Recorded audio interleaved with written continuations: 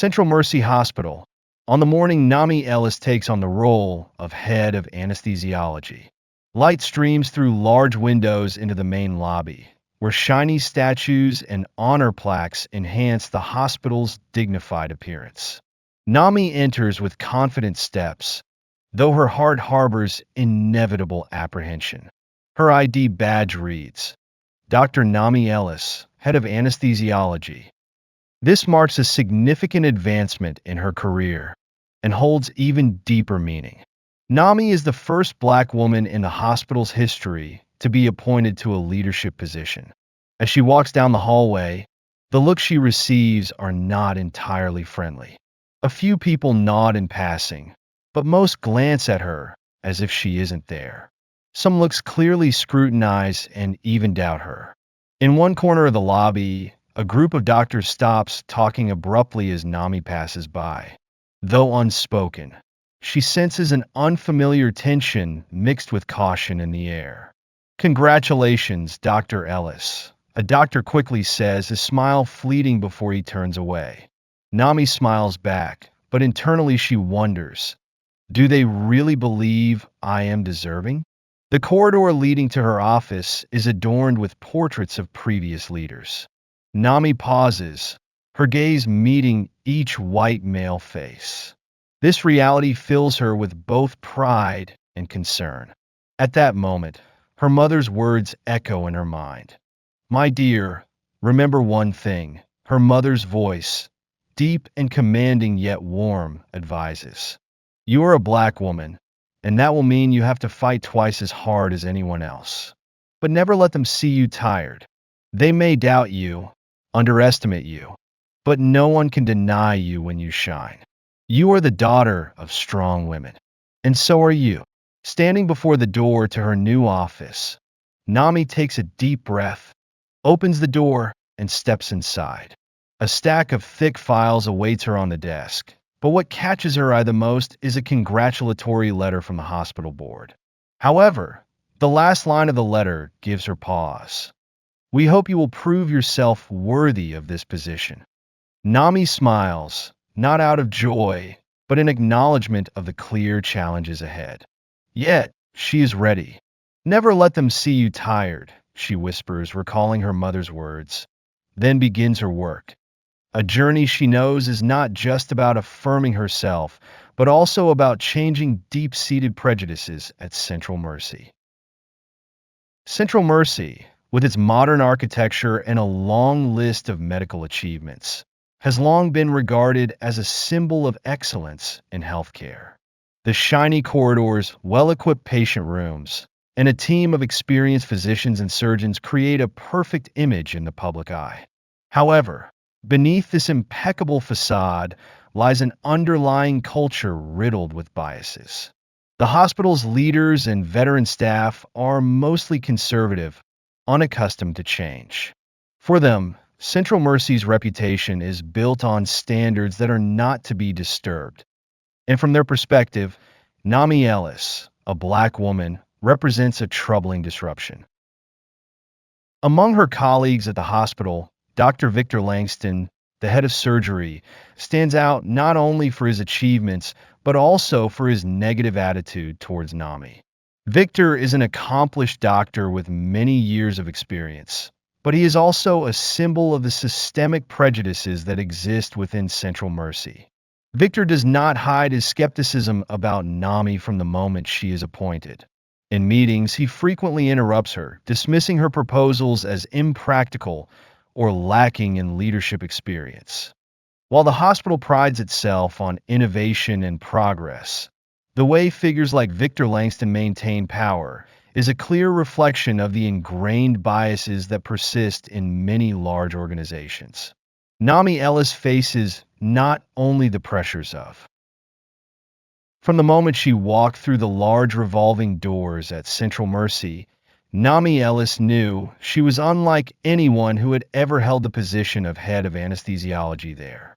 As the first Black woman to take on this role, she bore not only the responsibilities of a leader, but also the burden of prejudices deeply ingrained in the hospital system. The initial days passed with an odd sensation. Colleagues whom Nami once considered friends now maintained a certain distance, as if she had changed merely because of a title. Brief, polite greetings and forced nods replaced the open conversations of the past. And then, the atmosphere grew more suffocating as Nami realized she had become the focus of scrutiny and suspicion. During a leadership meeting, Nami entered with a thick stack of documents in hand. She had prepared for this presentation all week, analyzing every statistic, anticipating any possible counterarguments. The topic that day was a plan to improve the anesthesia procedures, which she believed would significantly benefit both patients and the medical staff. Nami stood up, confidently and persuasively presenting her ideas. But as soon as she finished, the room fell silent. Dr. Victor Langston, seated at the head of the table, leaned back in his chair, hand on chin, seemingly weighing something in his mind. After a few seconds of uncomfortable silence, he spoke. Ellis, I understand your point, but we are talking about a system that has been operating smoothly for many years. I don't think changing it just for the sake of experimentation is wise. A light laughter echoed from a few people in the room. Nami stiffened, but managed to maintain a composed expression. She did not want them to see her hurt. I have thoroughly analyzed the data, she responded firmly. These improvements will reduce waiting times for patients and enhance operational efficiency. This is not an experiment, but a solution based on clear evidence. However, her words seemed to fall on deaf ears. Eyes in the room averted, and no one voiced their support. The meeting ended without any decisions being made. Nami left the room feeling an excruciating sense of isolation. Nami's work schedule became increasingly overwhelming. Night shifts, which are not typically the responsibility of a department head, began to appear continuously in her calendar. One evening, after completing a lengthy surgery, Nami received an email from the Human Resources Department. She opened the email, and before her was a schedule for 3 consecutive night shifts the following week. Nami sighed, picked up the phone, and immediately called the Human Resources Manager. After a few minutes of waiting, a cold voice answered. All the other doctors have busy schedules. You are the head of the department. I think you should set an example. Nami hung up the phone, feeling a surge of helplessness. She knew she was not the only one capable of taking on this task, but they had chosen her. Not because she was the best, but because she was someone they thought would not resist. The extended shifts left Nami exhausted. She began to notice looks of pity from some of the nurses in her department, but no one dared to speak up. She felt herself being gradually pushed to the margins of a system that was not meant for her. One day, Nami walked into the break room where a group of doctors was engaged in lively conversation. However, the atmosphere quickly changed when they saw her. A few people forced a smile and then quickly left the room. Nami caught a comment just before the door closed. If it weren't for the hospital needing to appear more diverse, she certainly wouldn't have gotten this position. Nami sat down, staring intently at the coffee cup before her. Those words cut deep into her self-esteem. All her efforts, all the sleepless nights of work, were ultimately seen as the result of a token decision. Before long, rumors started to spread. Colleagues in the department, who once trusted her, now began to show doubt. Once, when Nami asked a subordinate doctor to prepare a report, he replied with a challenging tone, "If you want to prove you're worthy, you should do it yourself." Nami stood still, clutching the folder tightly. She wanted to shout, to say that she didn't need to prove anything, that she had overcome more challenges than they could imagine to be in this position. But instead, she just smiled and nodded. She knew that any outburst from her would be seen as weakness or loss of control. Every night when Nami returned home, she sat in front of the mirror, looking deep into her tired eyes. There were moments she wanted to scream, to give up everything. But then, the voice of her mother, Evelyn Harris, would echo in her mind. You will have to fight twice as hard as others, but never let them see you tired. Nami recalled the nights her mother sat teaching her as a child, the stories about the women in their family who had overcome numerous hardships to rise up. These memories fueled her strength. Nami understood that this battle was not hers alone. It was part of a larger struggle to pave the way for others who would follow. Since the day Nami Ellis took over as head of anesthesiology, Dr. Victor Langston, head of surgery, seemed to constantly find ways to subtly obstruct her efforts. As a long-standing and powerful figure at Central Mercy Hospital, Victor did not need to openly express his opposition. He chose to manipulate behind the scenes, using his influence to undermine Nami's team and her work. Nami's anesthesiology department once boasted a strong team, filled with talented doctors and nurses she trusted.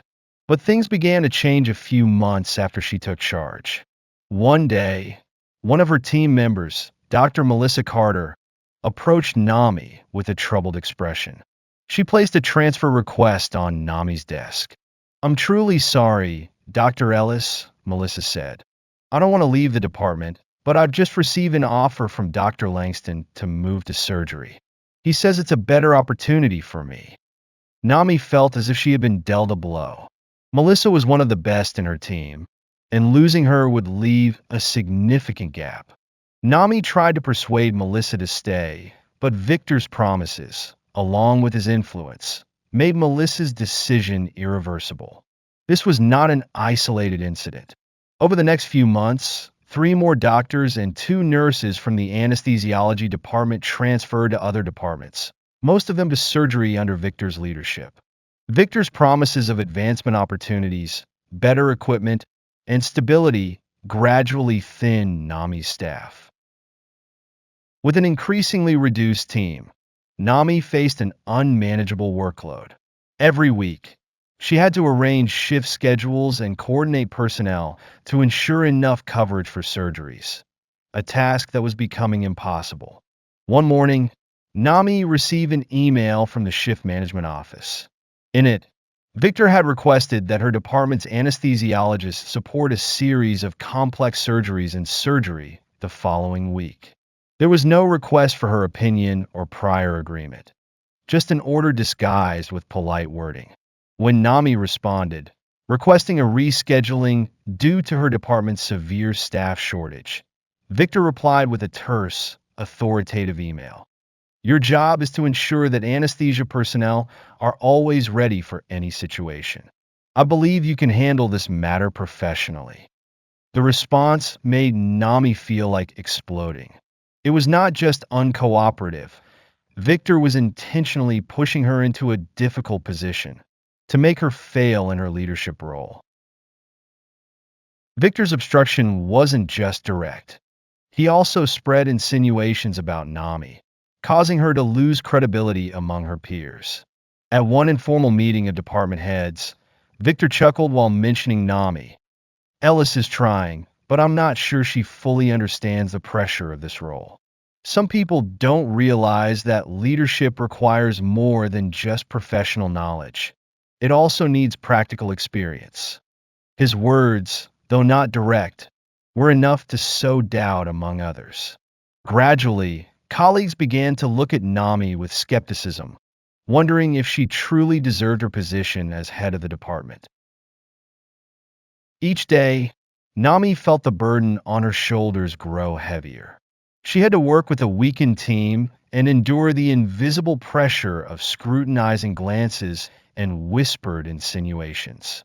Some nights, after returning home, Nami would sit alone in her small kitchen, staring blankly at a cold cup of tea on the table. She wanted to scream, to smash things to vent her anger and helplessness. But then, her mother's voice would echo in her mind. You will have to fight twice as hard as others, but never let them see you tired. She wiped away a tear that rolled down her cheek, stood up, and turned on her computer. Schedules, plans for additional staff. Everything was still waiting for her to complete. Nami understood that she could not stop, not just for herself, but for other women like her, who would see her journey as an inspiration. That night, as the emergency alarm echoed throughout Central Mercy Hospital, Nami Ellis was preparing to leave her office after a long and exhausting day. A nurse rushed in, pale-faced, informing her of the critical condition of Alexander Holt, a VIP patient who had suffered a severe accident and required immediate surgery. Nami sighed, her shoulders tense with pressure. Everything seemed to have been against her since she stepped into the role of department head, and now she faced a challenge greater than any she had encountered before. Nami quickly assembled her team, but as she looked around, her heart sank. The team that day consisted only of youthful, inexperienced faces. The experienced anesthesiologists had all been transferred by Dr. Victor Langston to support the surgical department. She tried to calm herself, but doubt crept into her mind. Are they too inexperienced? Am I pushing them into a situation beyond their capabilities? Can I handle everything alone? What will happen if I fail? These thoughts tormented her as she entered the operating room. Before her, Alexander lay motionless on the surgical table, his breath faint as a slender thread. Nami looked at her hands, hands that had saved countless lives, now trembling slightly. No, this is the decisive moment. If I fail, it's not just his life at stake, but my entire career. Victor will never miss this opportunity to push me out of my position. She took a deep breath, looking at her team, faces tense but determined. They were relying on her, and she could not let them down. The surgery began, and Nami quickly directed the initial steps. Things seemed to go smoothly, but then a malfunction in the anesthesia equipment mid-procedure turned maintaining patient stability into a significant challenge. "What should we do?" asked a young nurse, her voice shaky. Nami stood there, feeling as if time had stopped. She was acutely aware of everyone's eyes on her. A wrong decision could worsen the situation, but indecision was even more dangerous. In that moment, memories of all the times she had been doubted, underestimated, and put in difficult situations flashed through her mind like a slow-motion film. Dr. Langston's voice seemed to echo in her head. "You're not capable of leading." Nami felt a bead of sweat roll down her forehead. Was this the moment to prove them right? Or was it an opportunity to prove her worth? She closed her eyes, took a deep breath, and sought calm amid the chaos. She remembered her mother's words, Evelyn Harris. "You will have to fight twice as hard as others, but never let them see you tired." Opening her eyes, Nami felt a surge of new energy fill her body. She quickly issued commands. "We'll switch to the backup device immediately. Start manual pressure adjustment and keep the patient stable while I check the system." The team followed her instructions. Meanwhile, Nami focused intensely, managing each step with hands that had stopped shaking. She knew she could not allow doubt to overtake her mind. This was the moment she needed to demonstrate all her abilities. After nearly 3 hours, the surgery finally concluded. Nami stood silently, watching Alexander's heart rate stabilize on the monitor. A feeling of relief washed over her, quickly replaced by extreme fatigue. She had succeeded, not only in saving a life, but also in overcoming her own doubts. Yet, deep down, Nami knew that no one outside of this operating room would understand what she had fought against. Not just a surgical procedure, but the invisible barriers that had clung to her since her first day in this position. Upon waking, Alexander vividly remembered the image of Nami during that critical moment. Her focus, decisiveness, and leadership had saved his life. He knew she had done this under unfair conditions, with an inexperienced team and inadequate support. Alexander requested to meet Nami. When she entered his room, his eyes lit up with admiration and curiosity.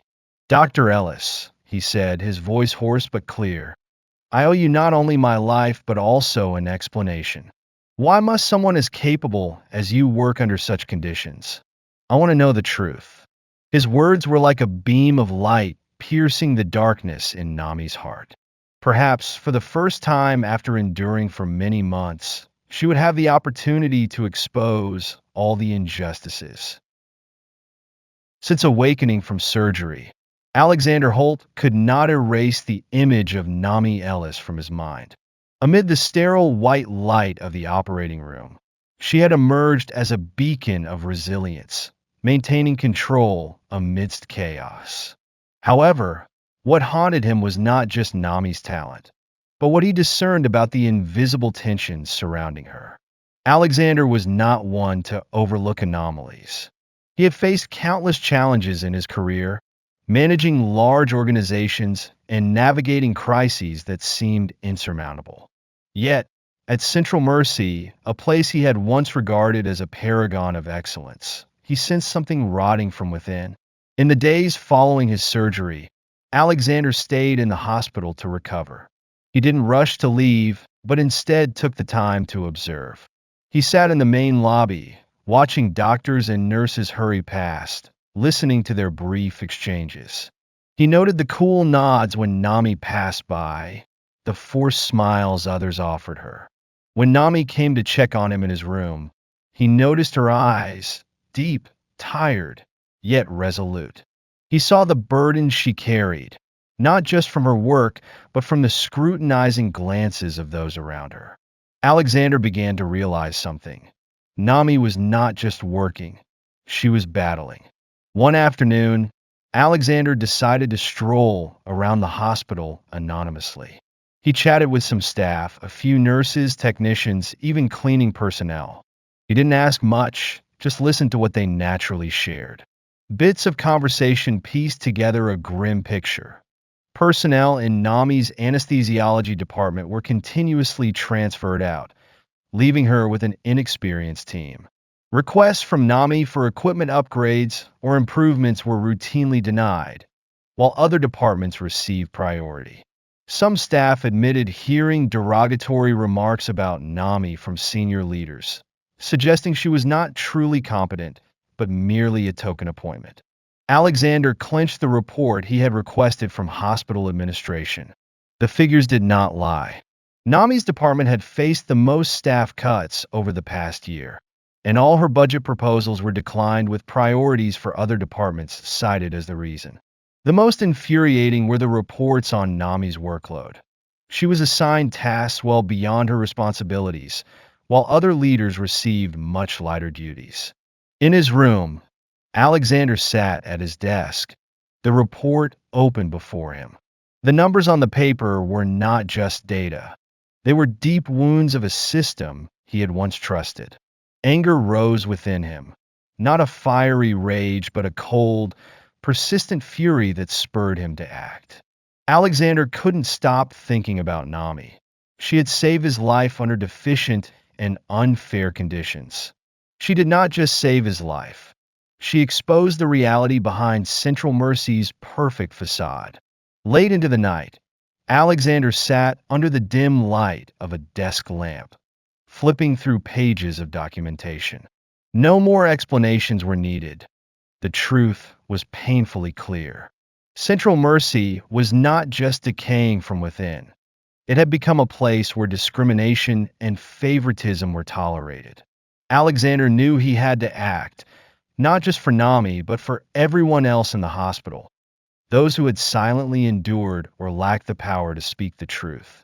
The next morning, Alexander entered the boardroom with a stern face and a resolute gaze. He didn't need a lengthy introduction, no justifications from those around the table. He demanded one thing: change. Throughout his life, Alexander had faced many adversities, but what pained him the most was seeing the values he had built betray humanity. Central Mercy had once been a symbol of fairness and progress, but now it had betrayed those very goals. He didn't know how Nami would continue to fight, but he knew he had to stand by her. She had shown him bravery in adversity, And now, he would show her that there were people ready to stand up and change the injustices. That morning, the dim light filtered through the large windows of the meeting room at Central Mercy Hospital, but it was not enough to dispel the heavy atmosphere inside. Alexander Holt entered with a thick folder in hand, his shoes making a steady sound on the floor, each step echoing the tense silence. The board members sat around the large table, their eyes following him with a mixture of curiosity and apprehension. No one knew why Alexander had called this sudden meeting, but his presence as the chairman of the board was enough to signify that something serious was underway. Dr. Victor Langston sat at the head of the table opposite Alexander, his usual confident demeanor still in place, but his eyes briefly betrayed a hint of suspicion. He was not easily subdued, and Alexander was aware of this. Alexander sat down, placing the folder in front of him. He didn't speak immediately, but flipped through the pages, his eyes intent, as if to underline the importance of what he was about to present. The air in the room felt leaden. No one dared to breathe heavily, yet everyone could feel the pressure mounting.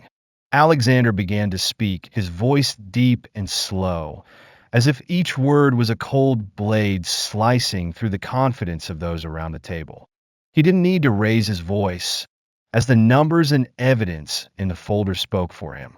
The documents revealed how Nami Ellis' anesthesiology department had been systematically understaffed, weakening the team and burdening her with responsibilities far beyond those of a typical department head. Financial records showed the unfair allocation of resources. Requests from anesthesiology were repeatedly denied, while Langston's surgical department received almost absolute priority.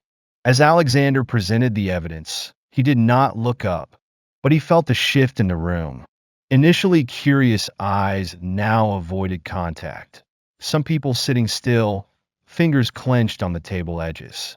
They knew the truth was being laid bare, and no one dared confront it. Langston leaned back in his chair, arms crossed over his chest. His expression gradually tensed, yet he tried to maintain composure. Alexander didn't need to look to know that Langston was searching for an escape, any way to salvage his reputation. Langston spoke, attempting to justify his actions, but his words sounded feeble in the quiet of the room.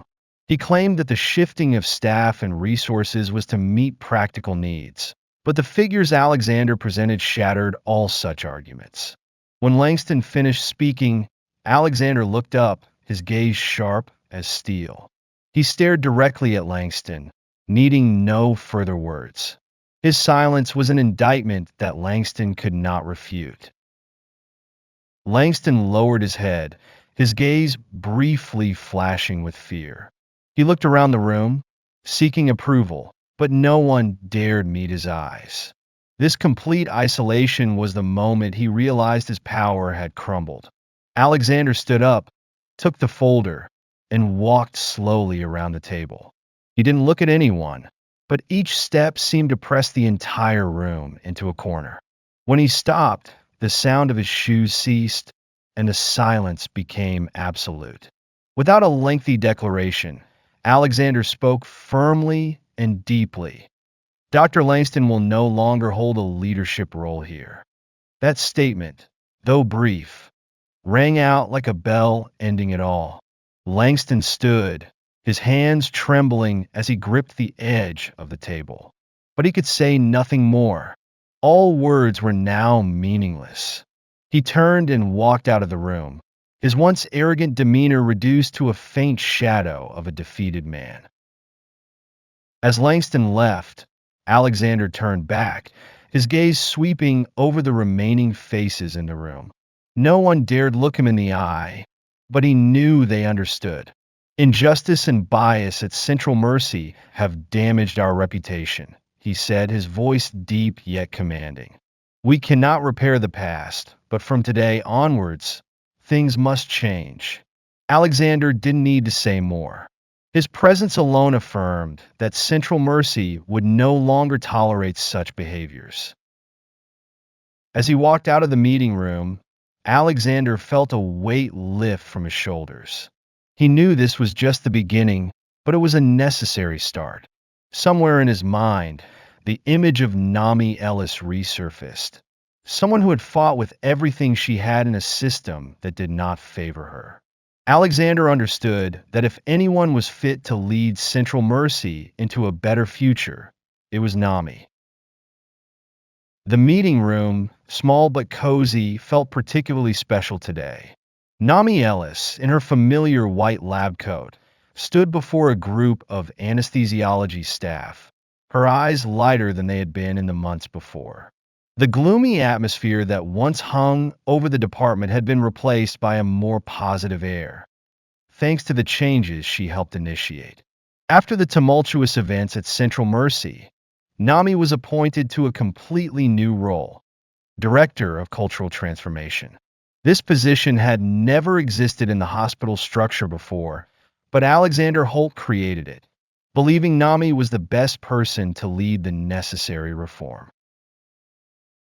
Standing in her new, more spacious office, which still felt modest, Nami looked around, her eyes stopping on the thick board filled with the restructuring plan she had proposed.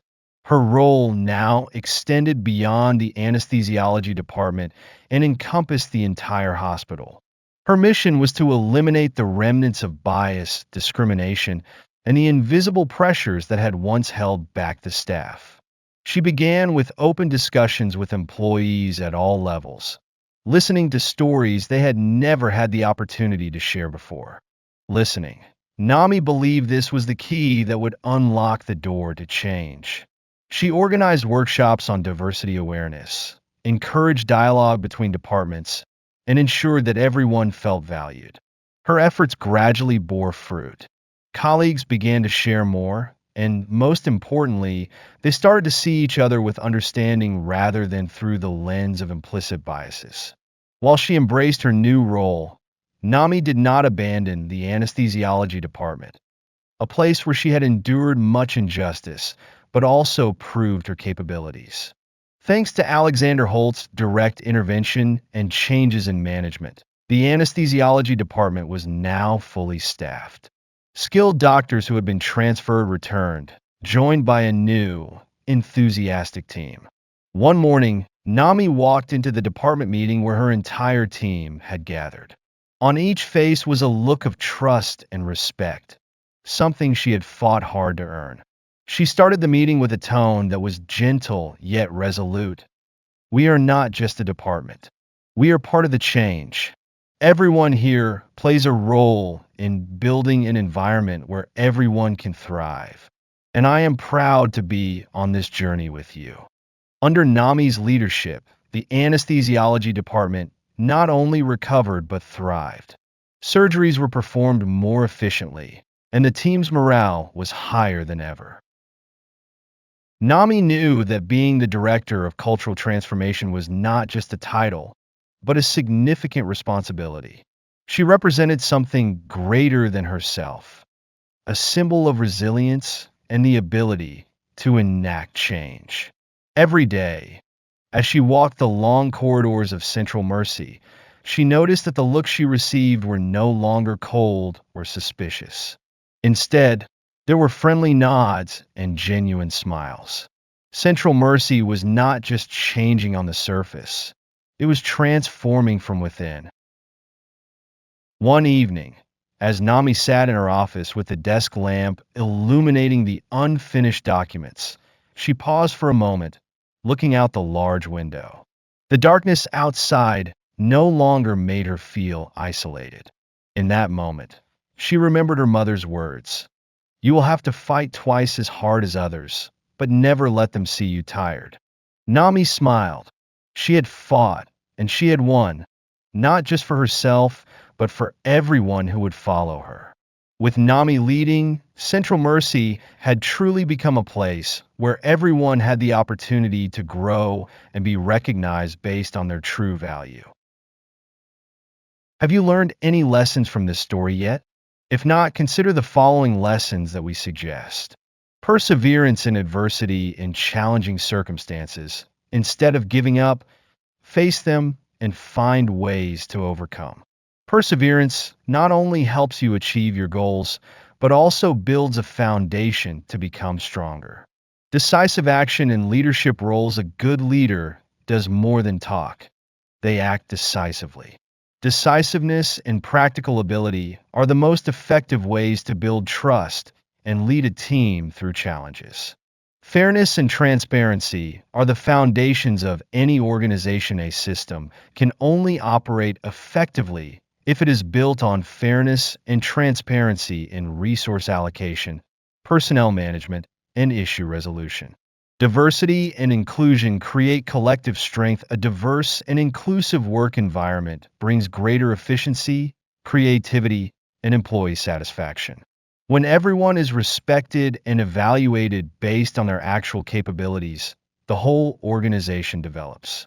Listening is the key to change. To foster improvement and eliminate biases, it is crucial to listen and understand from all perspectives. Open and sincere dialogue can address core issues.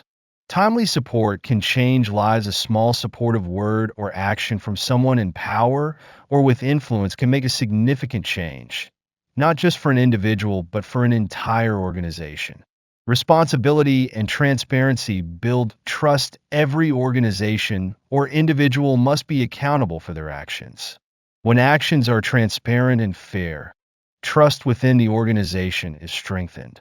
Change starts with people. An organization wanting change needs to start with small actions, changing the mindsets, attitudes, and behaviors of individuals. From these changes, the entire system will gradually improve. Individual success has a community impact. When a person achieves success through effort and struggle, they not only change their own life, but can also pave the way for others to follow. Power should be used for the right purposes. Those in power should use it to protect justice and promote development, rather than to manipulate and maintain injustices. Great power comes with great responsibility.